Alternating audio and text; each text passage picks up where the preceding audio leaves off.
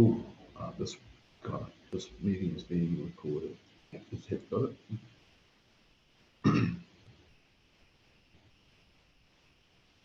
And Simon, as soon as I hit that, the slides will come up. It'll ask you which screen you want to share. Oh, yeah.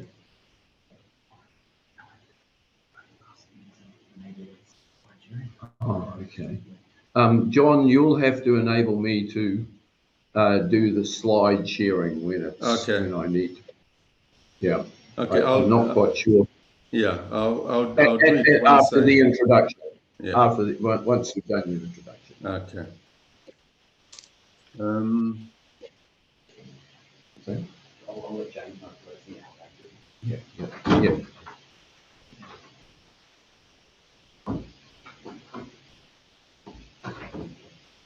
Well, good day. My name is Dr. John Navira. At this particular juncture, I wish to thank the Reserve Bank of New Zealand for making this possible and allowing Professor Bako to be with us this evening.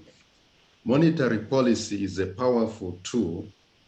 Deployed wisely, it can provide a firm, stable foundation for low, stable inflation, which is vital for an economy to strive. On the other hand, reckless or poor monetary policy can result in wild swings of extreme high inflation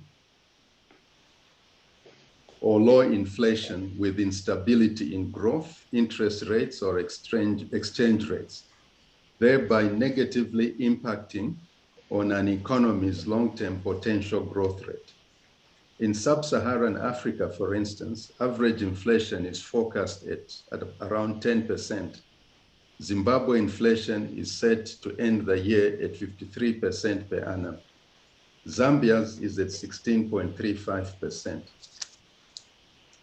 To help us understand monetary policy and inflation targeting and how it can lead to sustainable growth, I have Professor Bob Bako, who is going to share with us New Zealand's experience with 30 years of inflation targeting. Thank you, Professor, for giving us your time. Professor Bako is Professor Emeritus, Victoria University of Wellington, New Zealand, and is also an external member of the Monetary Policy Committee of the Reserve Bank of New Zealand. He has vast experience in teaching in areas such as economics and public policy, including macroeconomics, growth, business cycles, fiscal taxation, and monetary policy, and tertiary education policy. In 2014, he was made an officer of the New Zealand Order of Merit for contributions to business and education. Thank you, Professor, and without much ado, I hand the floor over to you. Kia ora, and thank you, John. It's a pleasure to be here. I'm delighted to be able to be asked to give the presentation to staff and students. And can you see me, John? Yes, I can see you. I've shared the screen so that you can put up your slides. All right, I'll do that in a moment. Okay. Yes, it's a pleasure to be here, and I believe amongst the participants we may have people from, in addition to Zimbabwe, Namibia, Zambia, Botswana. So, thank you. As you pointed out, well, in developed economies anyway, inflation has been contained for the past 3 decades. And that coincided with a stronger focus of monetary policy on trying to contain inflation. And one of the ways in which that was done is that central banks were established as inflation, many central banks, starting with New Zealand, adopted the idea of inflation targeting as a primary objective of central banks. The first types of countries to adopt this method were developed countries, but more and more developing countries have adopted this method. As you pointed out, there are many economies that still have bouts of high inflation. So not surprisingly then, there's been a growing interest in methods to contain inflation. And this pandemic and the emerging inflation arising from it is accentuating that. So let me present the key points from from a presentation, and I'll take you now through my slides. This presentation should take about 35 minutes, and then I'm available for questions. So thank you, Prof. I'm not sure. Yeah. View options. Fit to window. I'll just have to find my colleague to share the slides here, John. Just one moment. Okay.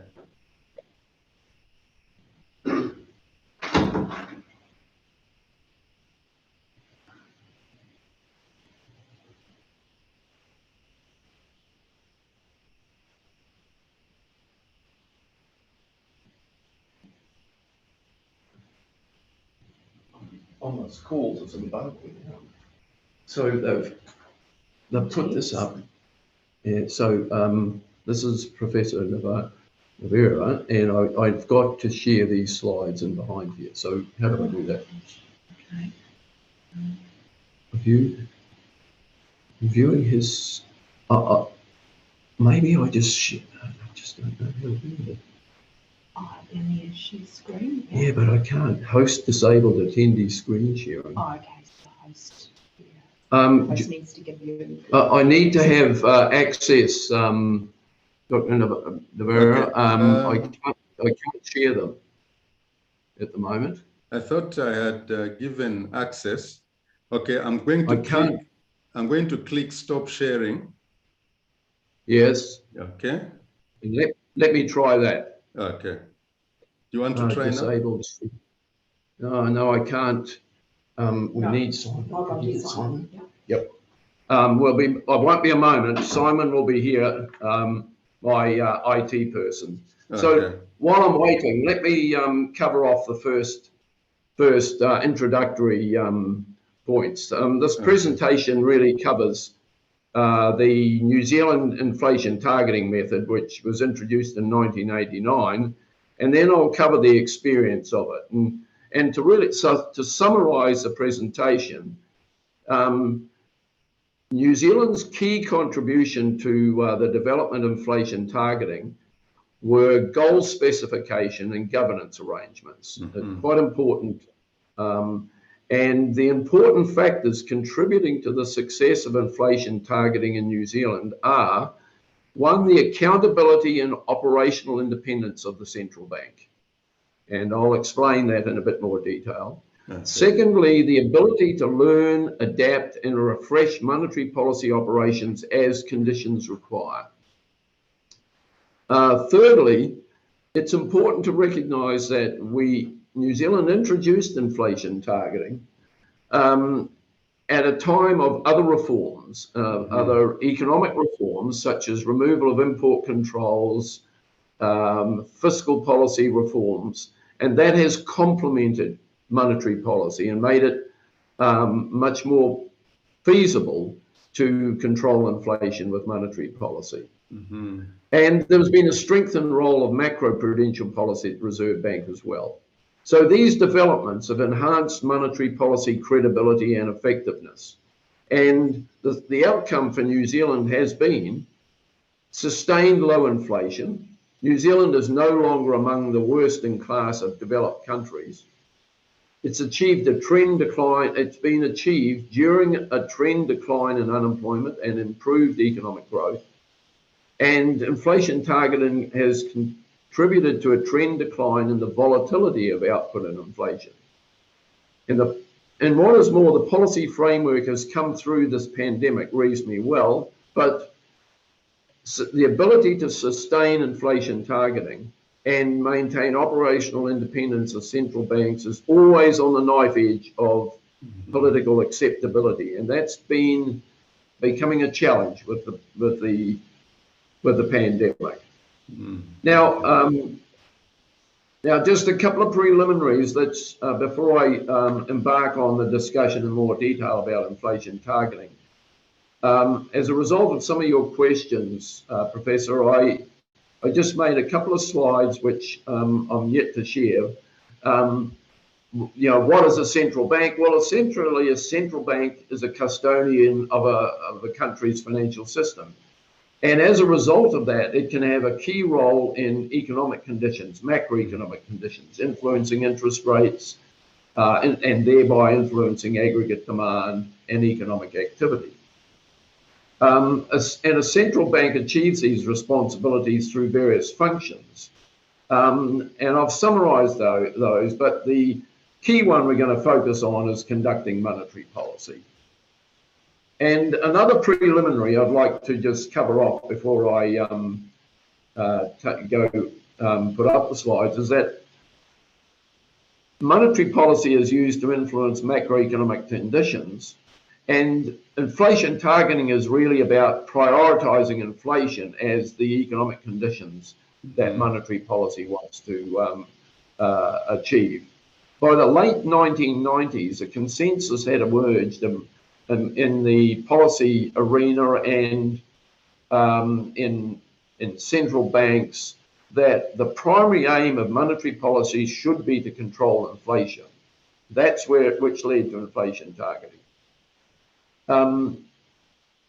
And it is a monetary policy where a central bank pursues an explicit inflation target, either as a single mandate, which is what New Zealand was for nearly 30 years, or as a dual mandate with, say, an employment objective, which we now have, and a couple of other countries have had that for a long time, such as Australia, the Federal Reserve in America.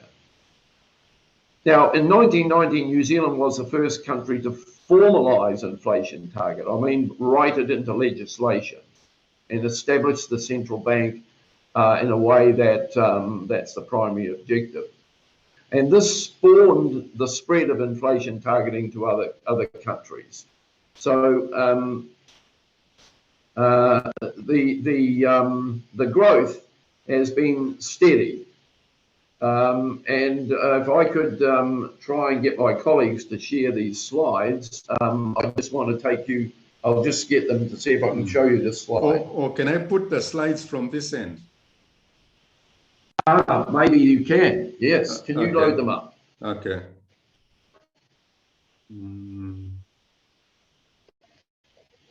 Let's see now.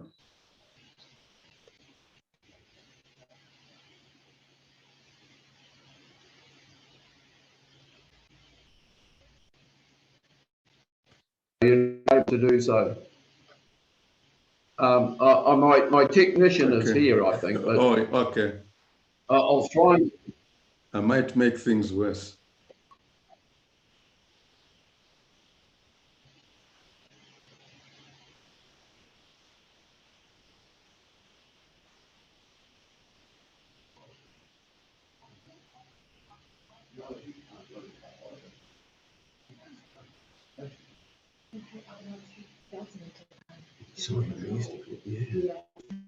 Well, you need to give me control, I think, Professor, if Okay. I can somehow load up the slides.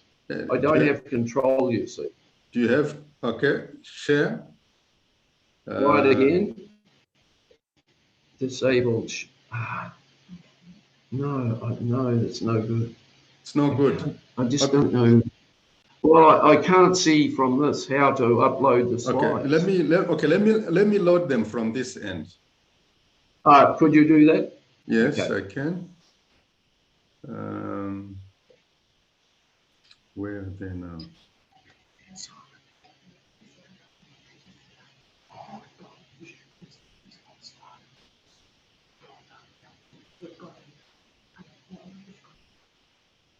Okay, I'm going to have to get them from my documents. Let me open it. Okay. Okay, there it is.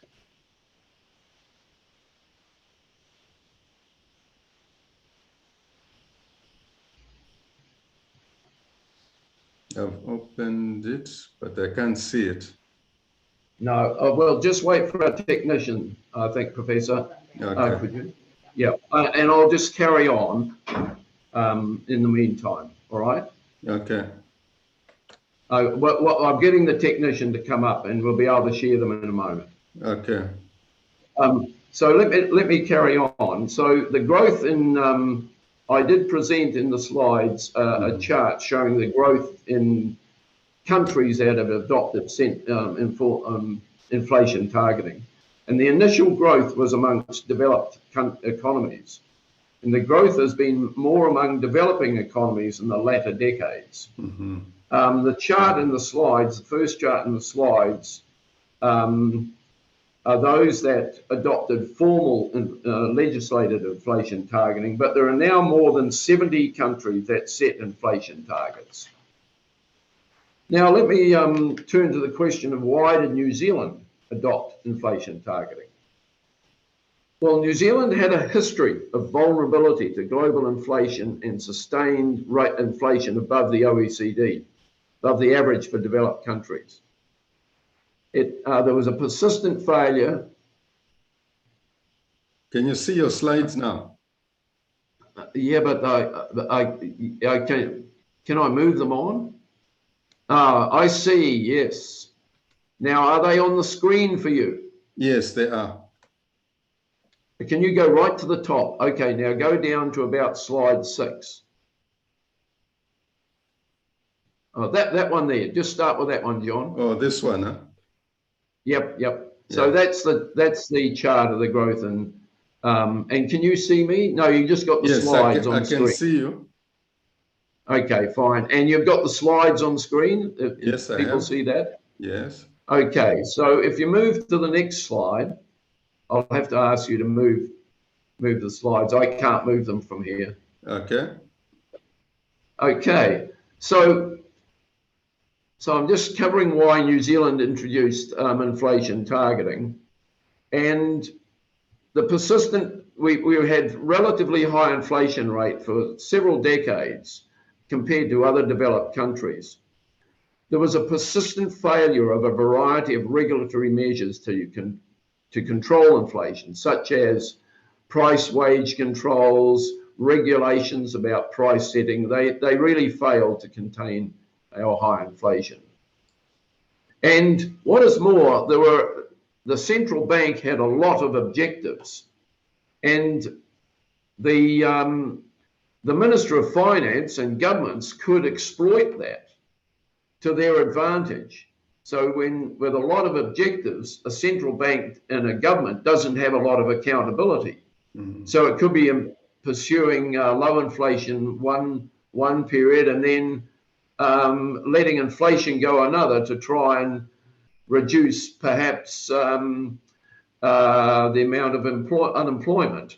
Or there may be exchange rate pressure. It might be trying to target the exchange rate. So this led to political business cycles where the government was actually stimulating the economy prior to an election and then putting on the brakes again with monetary policy after the election.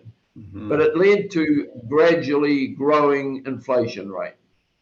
Now, the experience of other countries was important for New Zealand. Germany, Switzerland, and the United States Federal Reserve Board, in particular, the Volcker experiment in the 1980s, showed that more focused monetary policy could contain inflation. The influence of theory was also very important, such as the importance of having sufficient instruments to match the number of targets, and then assigning the right instruments, in this case, monetary policy to inflation, and then the question of time and consistency of optimal plans, which meant that you had to set up institutional arrangements so that monetary policy could be credible. Because in the past, with multiple targets and the government's able to decide for themselves what monetary policy was, what might be optimal at one time may not be another, and that led to political business cycles. So the growing importance of policy credibility and the role of expectations. So if you move to the next slide, John.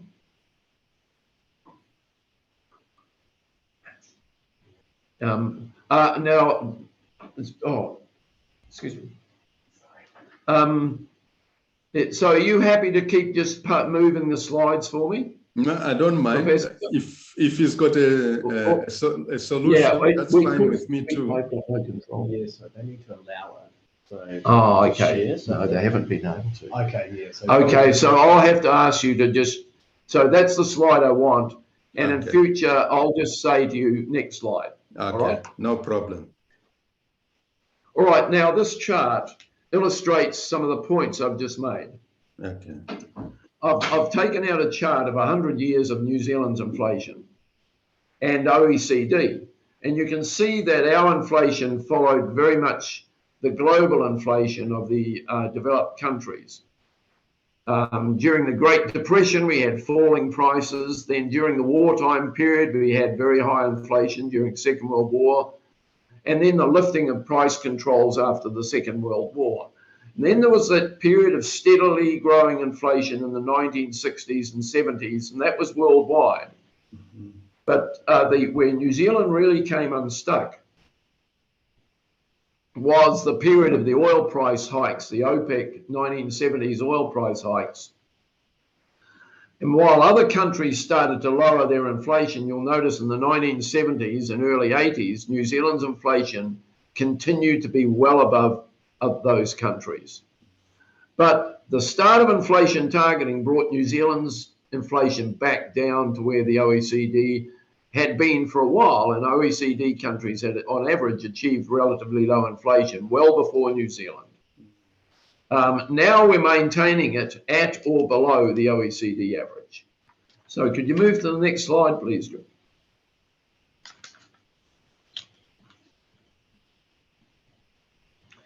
All right, so let me turn now to the key features of our approach to inflation targeting. And these features were introduced into the Reserve Bank Act of 1989 and became operational in 1990. The first point to note, the legislation created a clear mandated target. From 1990 to 2018, it was an inflation target. And it was the legislation states maintaining a stable general level of prices over the medium term. The precise target, whether it's 2% or whatever, is set by agreement between the governor and the government, the governor of the central bank and the government, either through now through a remit. The other important feature was that there was transparent policy objective setting. Any changes to the primary objectives of the central bank can be made for up to a year, but it must be done publicly via Parliament, decision in Parliament. The third important feature is that, this transparency, I should point out, is enhanced by reporting requirements. Today, the Monetary Policy Committee, for instance, must produce a statement every 3 months that reviews performance against objectives and explains how it intends to achieve monetary policy objectives. Now, I'm a member of that committee, and we have to do that every 3 months, and that's available to the public. Okay. A third important feature, in addition, so that's the first important feature, clear mandate, mandated target. Second is transparent policy objective setting. The third is monetary policy operational independence. Now, I stress it's operational independence because this is where the notion of an independent central bank arose from. But the bank does not have full independence. It is not financially independent. Second, also, the governor and members of the Monetary Policy Committee are appointed by the government. And we are accountable for trying to achieve the goals set by the remit. Mm-hmm. And also that the policy target agreements of the past and the remits today have secondary conditions as well that we must take into account, such as the volatility of employment and output, the stability of financial conditions. We have to weigh those things up when we make our decisions. And the fourth important feature is accountability. The governor has a contract with the Minister of Finance and the government. And that makes him accountable for achieving the goals. And up until 2019, the governor was, in principle, a single decision maker. But the governor always was required to have a consultation process. Well, today the decision maker is a committee, and that includes 3 members from outside the central bank. 4 members are the senior staff of the central bank. 3 members are appointed by the Minister of Finance from outside, and I'm one of those people. And the performance of the governor and the members of the Monetary Policy Committee are constantly evaluated by the Reserve Bank Board of Directors, who then report to the Minister of Finance. So those are the key features of our legislation. So can you move to the next slide, please? Now, it's important to recognise that the practice of inflation targeting in New Zealand has evolved. Now, initially, as I said, it was a single mandate. Nevertheless, the Reserve Bank did not run strict inflation targeting. It didn't try and maintain their target constantly. And that's important because sometimes there are temporary supply shocks. And if you try and target a constant inflation rate, when you say have a big jump in oil prices, then by controlling inflation, you're going to reduce employment so much more. So until 2018, the design of the policy target agreements between the governor and the government allowed the bank to, in effect, look through the effects on inflation of short-term supply shocks, such as oil price shocks, indirect tax changes, natural disasters. And this is consistent, as I pointed out, with John Taylor's second-order Phillips curve. Hence, the central bank should focus on medium-term price stability, but not minimise short-term inflation volatility. Otherwise, you'll have much more volatility in employment and output. And the policy target agreements in the current remit recognise this and require the avoidance of unnecessary volatility in output. So it's recognised, this feature is recognised. Mm-hmm. Now, as I pointed out, since April 2019, there's been a dual mandate, inflation, and trying to maintain employment near sustainable employment levels. It's not to influence the long-term employment, but to keep current employment close to the sustainable level. And the decision-making process and responsibility has evolved from all internal within the bank to now a monetary policy committee with externals. So if we could move to the next slide, please. I won't comment on this in detail, but I'll leave for you to read in your own time. That is the key parts of the current remit as it prevails today. This is the remit that guides the Monetary Policy Committee. So let's move to the next slide. So the question is now, how does the Monetary Policy Committee try to influence inflation and keep employment close to maximum sustainable levels? Well, the practice in New Zealand is as follows. The main policy instrument today, and since February 1999, so for now so that's nearly 30 years, has been the official cash rate. And the official cash rate is what the Monetary Policy Committee uses to influence interest rates more generally.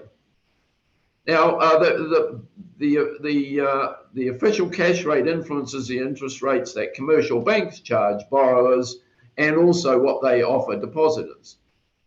So it operates in a corridor system.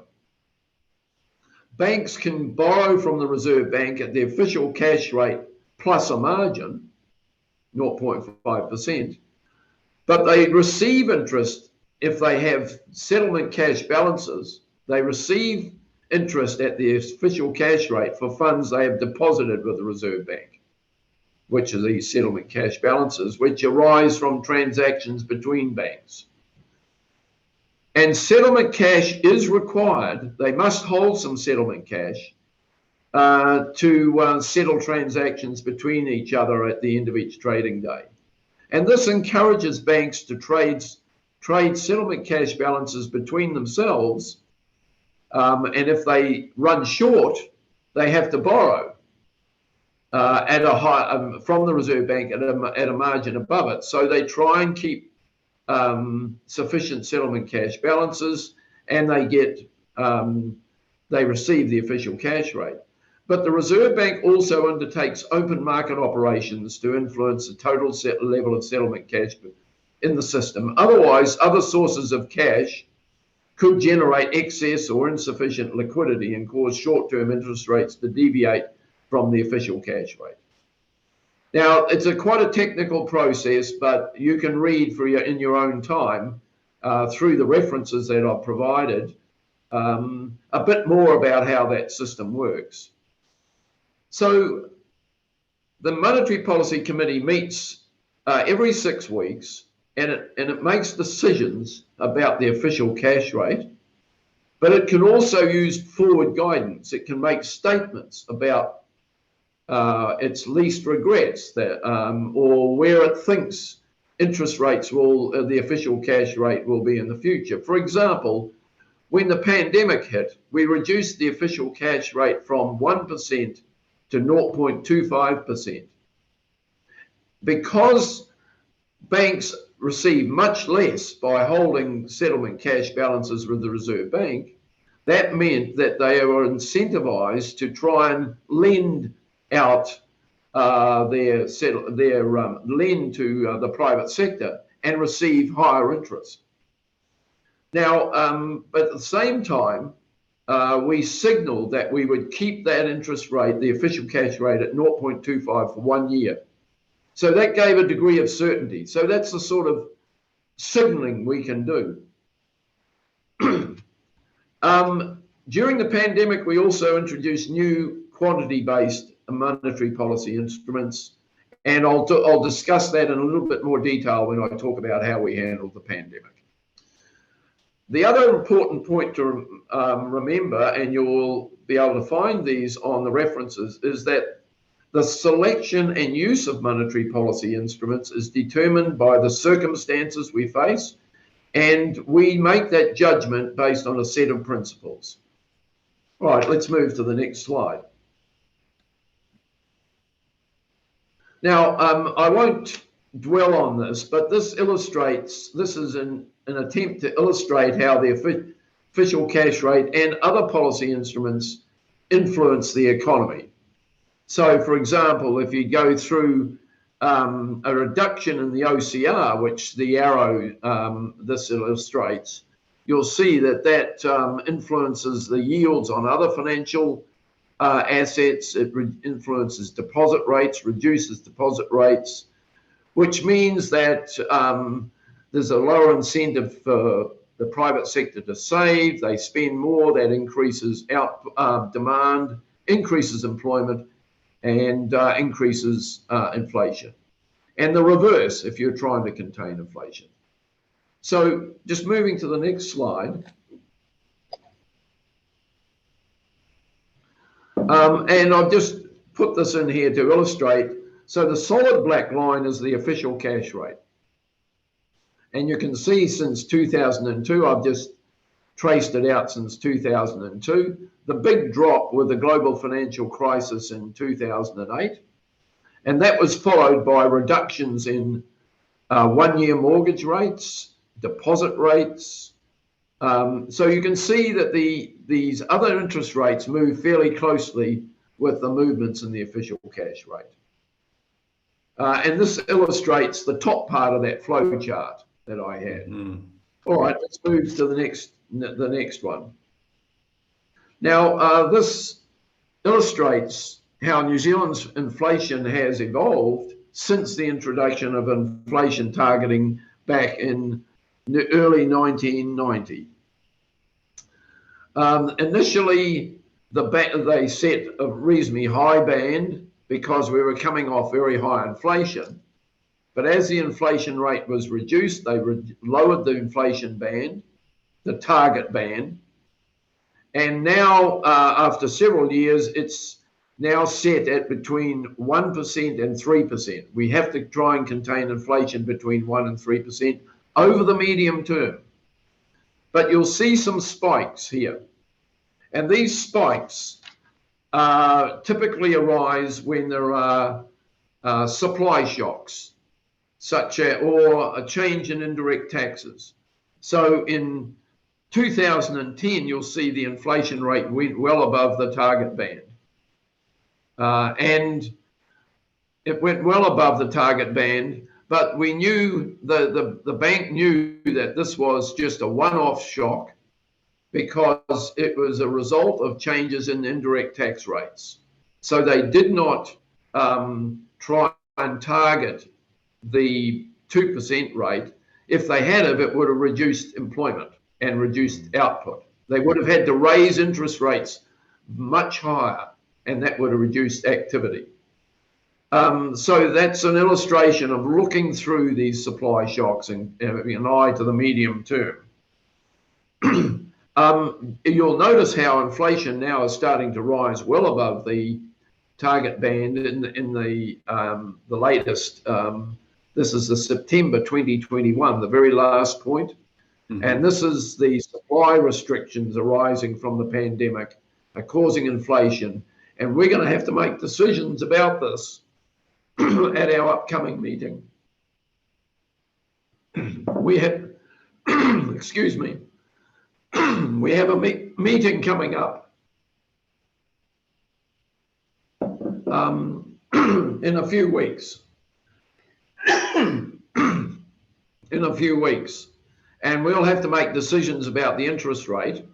And if you've been following our decisions, you'll notice the last meeting we increased the interest rate from 0.25, the official cash rate, from 0.25 to 0.5.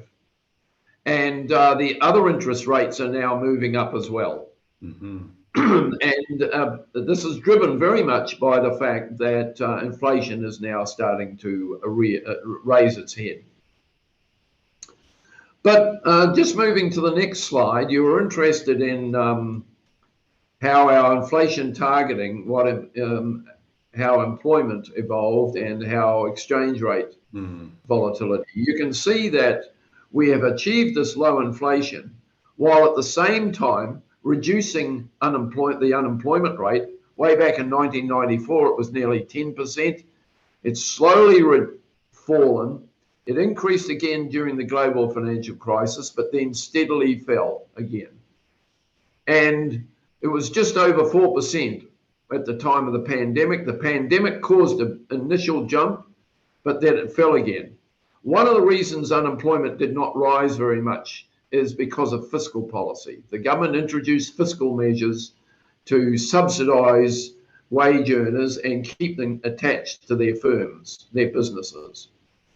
And meanwhile, also monetary policy, we reduced the official cash rate. We introduced a range of other measures to try and maintain economic activity. But in general, the general point is we've maintained low inflation without a rise in unemployment. In fact, it's been a decline in unemployment. And also, over this period, our average growth rate has been higher than it was during the 1980s and 1970s. Let's move to the next slide.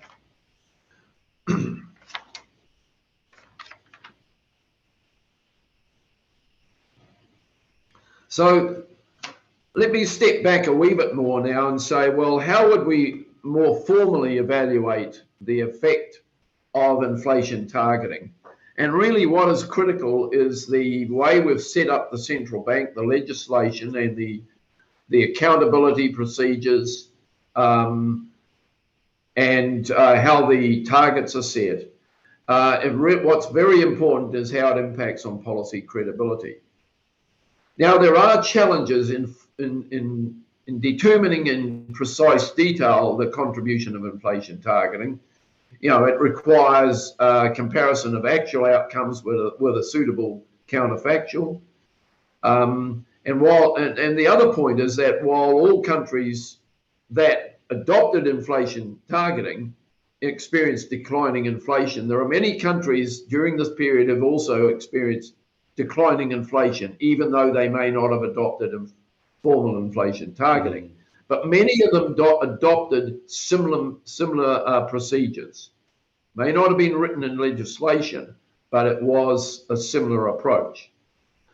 And as we know, of course, China's globalization and its exporting of low-cost manufactured goods has helped the world experience lower inflation. So there are a number of factors contributing to the declining inflation in countries like New Zealand, Australia, Great Britain, Europe, which are not only due to inflation targeting being introduced, but also due to other factors. But myself and other people have done research where we can draw some conclusions about this.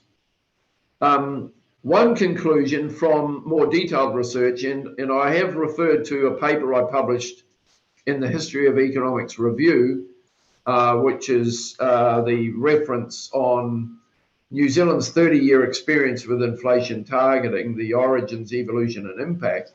You'll see I discuss the research evidence on this in more detail there, so I'll let you follow that up in your own time. Okay. But what we can say is this.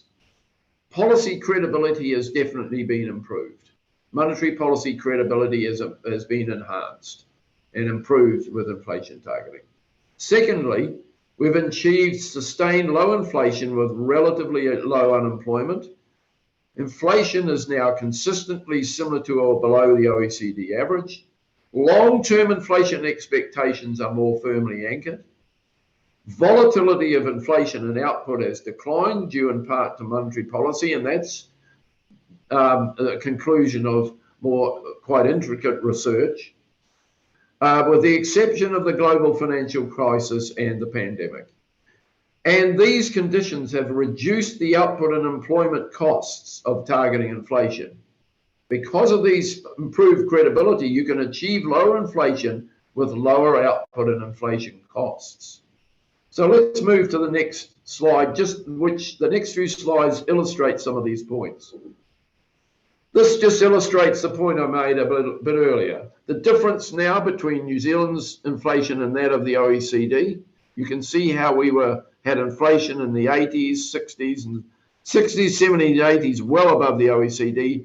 It has just collapsed down to almost the same since we introduced inflation targeting. Next slide. This is a slide of inflation expectations with different time horizons. But if you look at the solid black line, that's expectations of annual inflation 5 years ahead, and it has been very steadily hovering around 2%. So that's what I mean by long-term inflation expectations have been anchored. If you move to the next slide,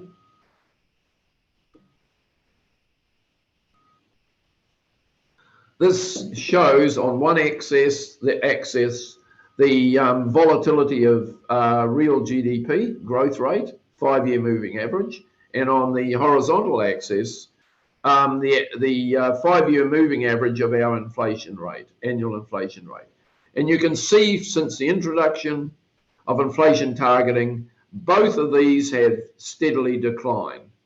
And there is research that has unpicked the contributions of international events as well as monetary policy.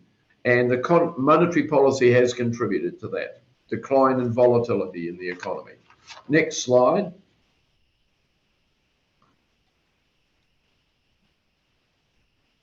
And this is the US New Zealand exchange rate. And you can see that since the 1970s and early 80s, the volatility of the exchange rate has declined as well. So now let's move to the next slide, if we could, Professor Navarra. So let me comment now about what the challenges of the pandemic. The pandemic presented some new challenges, a unique policy challenge. Labour supply, it was a labour supply shock. In other words, because of people having to withdraw their activity, withdraw from the workplace, there was a reduction in labour supply, and that generated other supply restrictions. This was accentuated by health policies that closed the New Zealand border. So we had a reduction in demand by foreign tourists, and it led to internal mobility restrictions. So that reduced consumption demand as well. And a huge uncertainty led to a reduction in these factors, together with a huge uncertainty led to a demand contraction via falling household consumption demand, business investment demand, and tourism.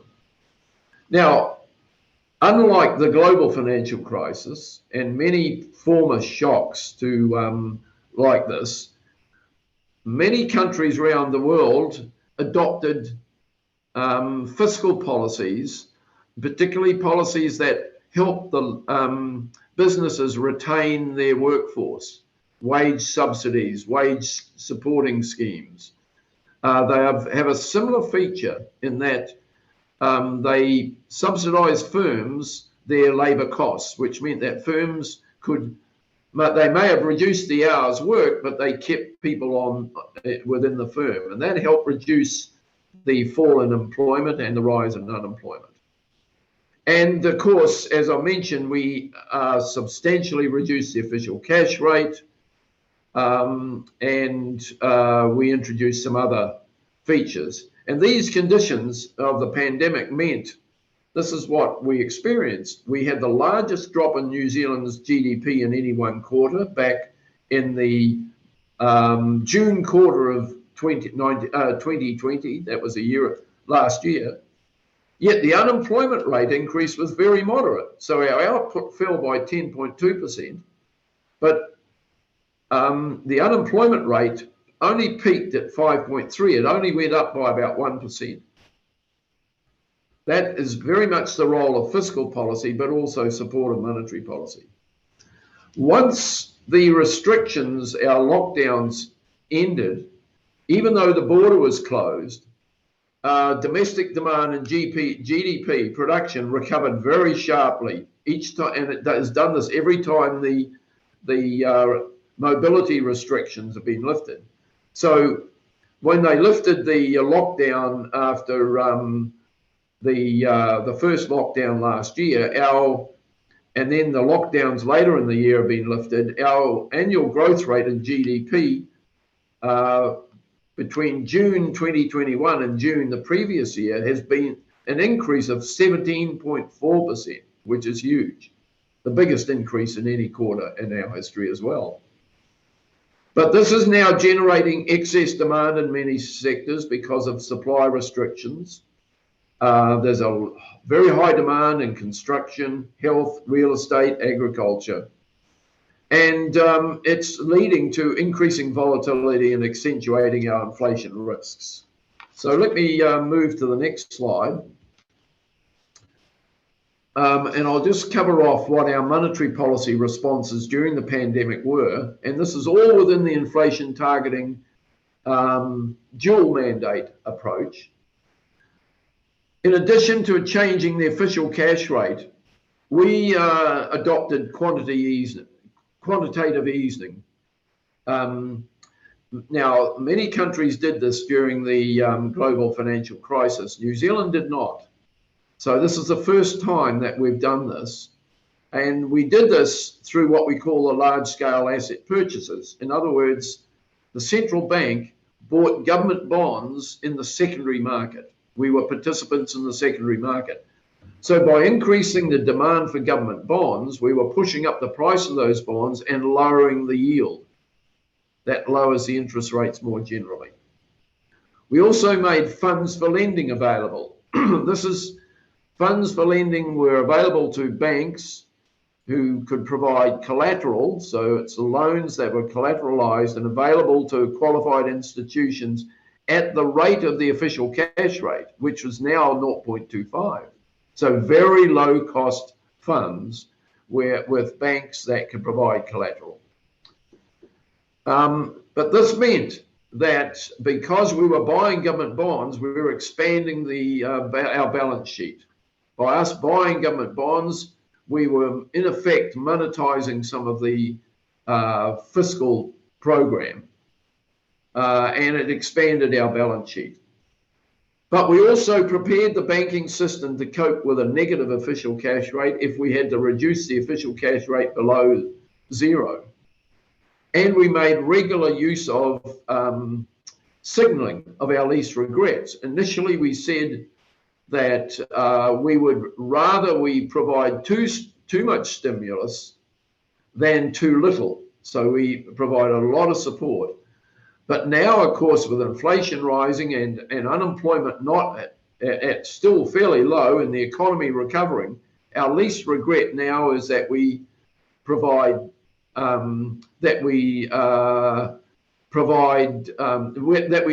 undertake too much tightening.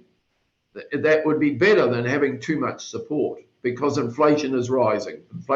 With too much support, inflation will be too high. So we've changed our least regrets. And all of this, okay, so let me turn to the next slide. That just illustrates what we're dealing with now. That's just to illustrate to you the nature of the shock of the pandemic.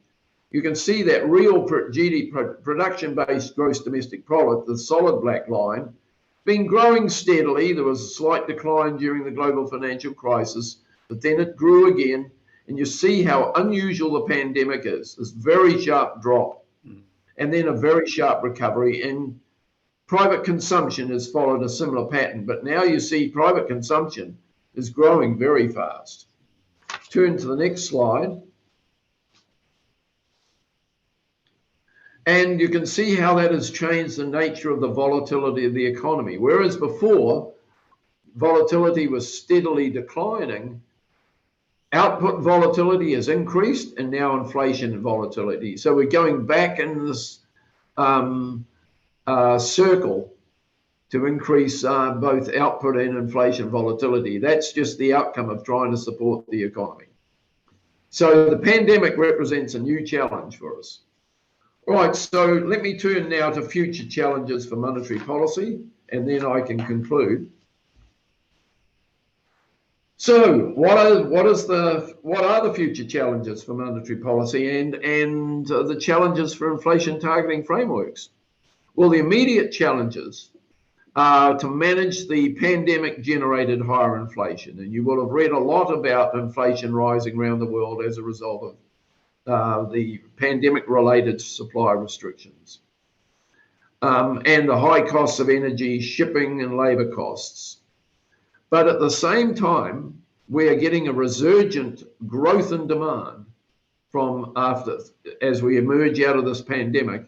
There's been a build-up in private savings that will get spent, and this pent-up consumer demand will start to spill in and cause higher inflation.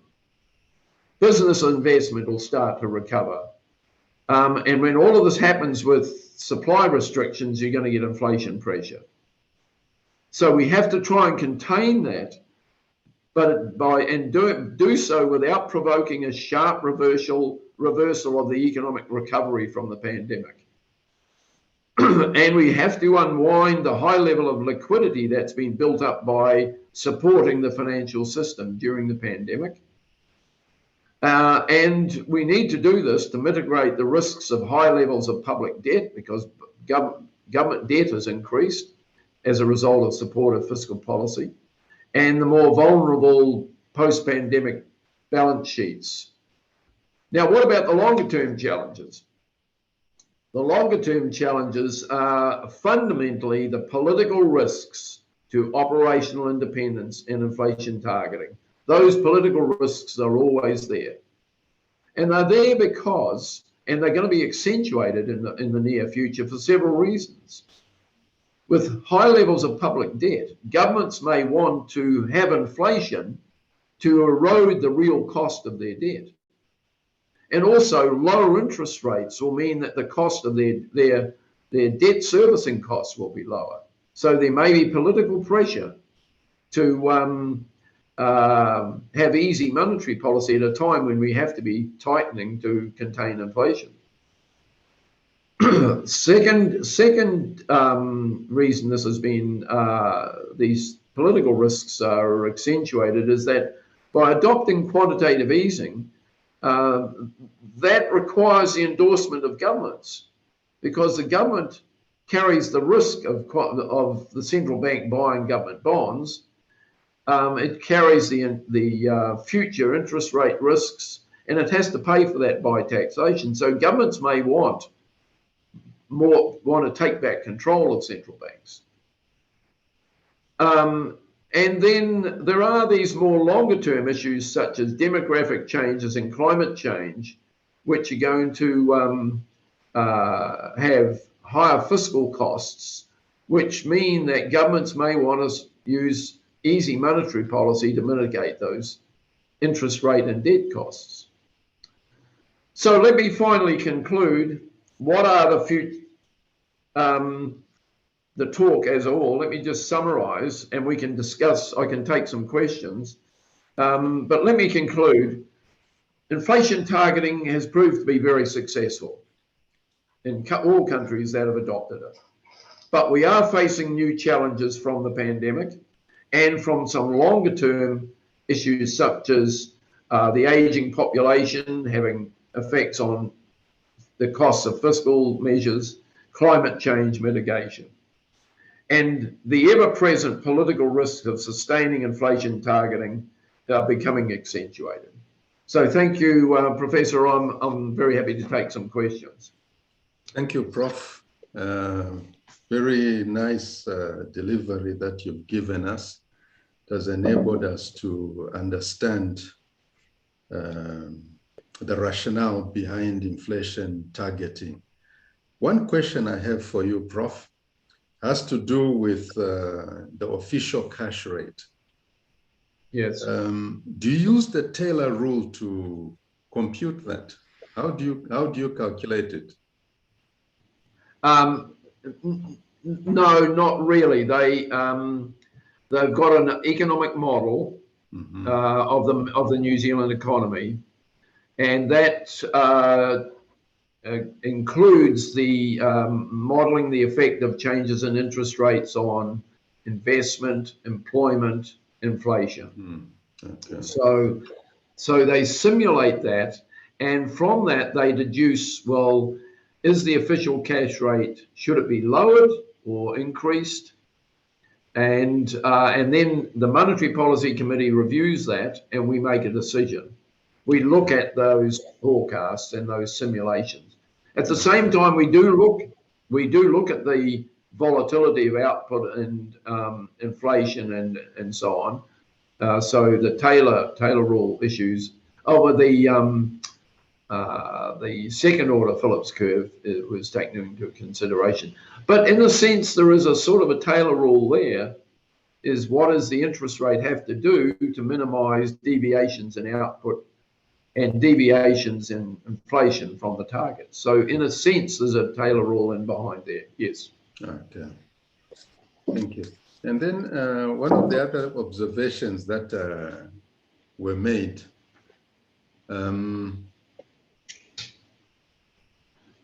yes, okay, I just noticed one. Yep, my battery said it was running low. I don't know why. Okay. Oh, that shouldn't be happening. I know why it's happening. That wasn't plugged in properly. We're okay. Okay. Yep, we're away. Yep. Okay, one of the observations is that if we look at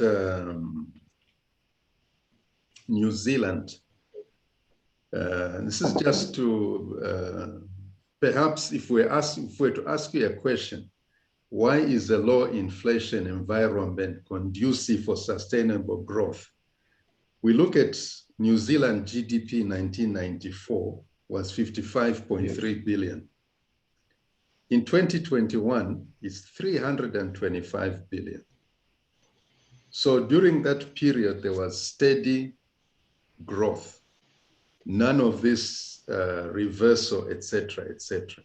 But then when we compare with South Africa, in 1994, South Africa was 139.8 billion US dollars. In 2021, it's 320 billion.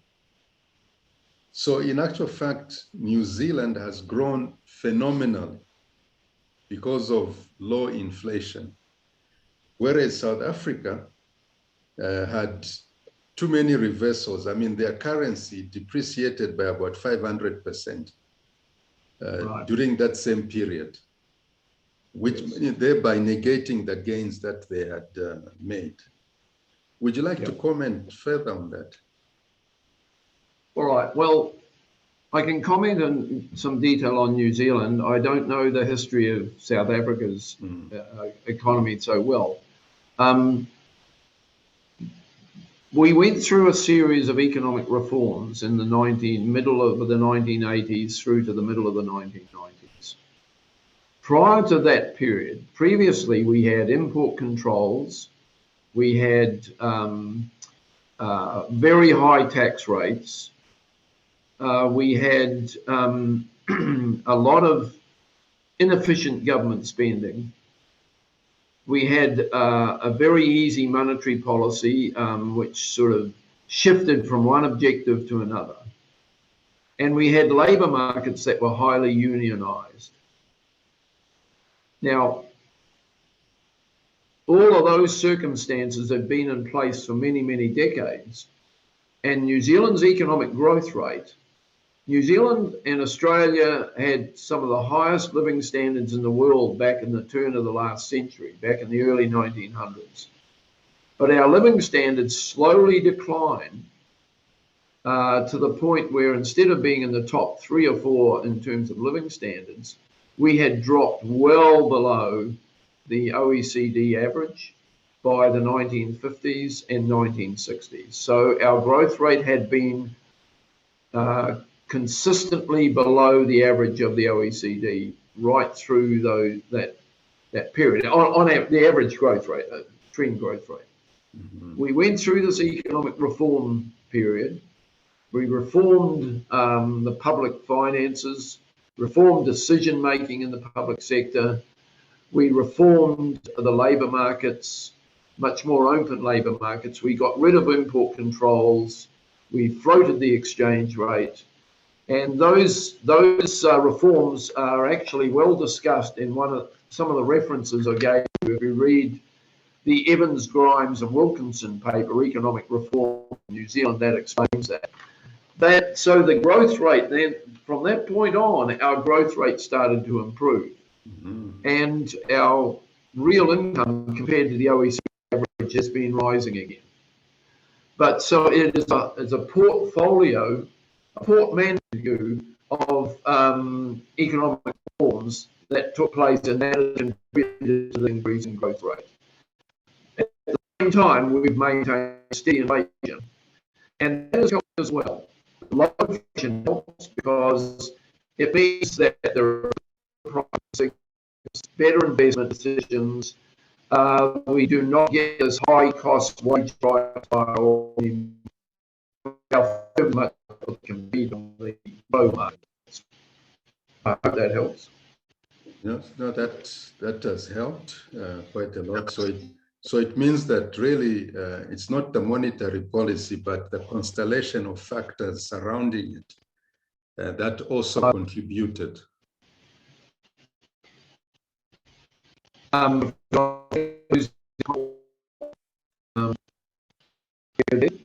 Yeah, I think what we need to do,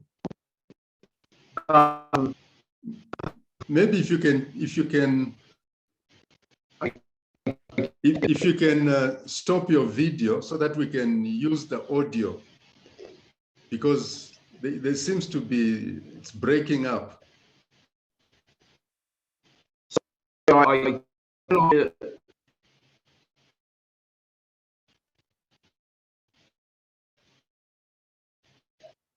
will have to get some help, Professor. I hear the question. Interference online. Can you hear me? Can you put up? Okay, I think what's happening is that our internet connection seems to be unstable at the moment, because I keep losing.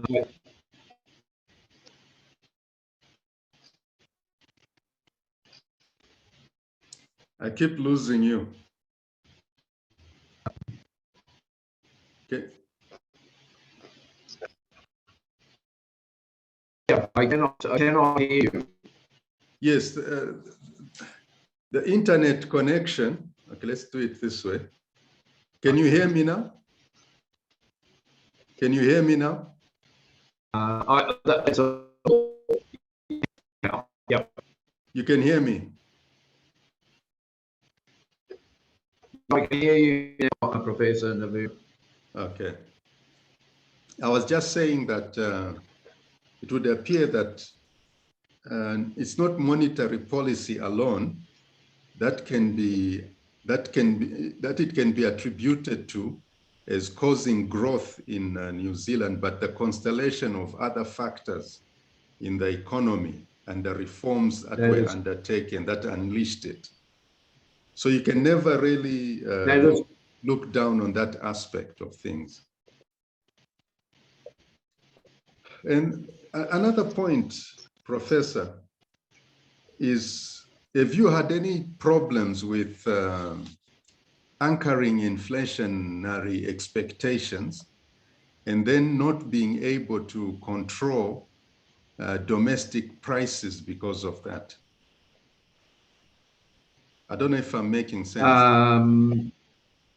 No, well, we've not had a difficulty, and we don't actually try and control individual prices. We use monetary policy to control the overall growth rate, and the average level of prices. And by doing that constantly, we've maintained expected future prices at a fairly low level, so that we build up credibility. So that by building up credibility that the monetary policy can control the inflation rate over the medium term, you build up an expectation that inflation will stay steadily at that target rate over the medium term. So as I explained earlier, there might be temporary shocks, and if we look through those, but we keep the trend inflation around about the target of 2%, then that feeds back into people's expectations of future inflation. Yeah. Okay, thanks, Prof. And then my other question, I was just looking at Hong Kong and Singapore, both of which use exchange rate targeting, if you will. And their inflation seems much lower in spite of the pandemic. You're looking at 1.8% for Hong Kong and 1.7% for Singapore. Whereas for New Zealand, you're looking at 4.9% inflation targeting. South Africa, 4.28%, USA, 5.3%, UK, 3.1%, Ghana, 10%. Yes. So, so those countries do have exchange control, which means that a lot of their inflation will be influenced by the countries they're trading with, such as China. Secondly, they are very efficiently run economies. That helps too. But once you have exchange control, that's the standard trilemma of monetary policy. You can control, so if you want to control, the trilemma is that you can't control all of the money stock in capital flows and exchange rates and interest rates.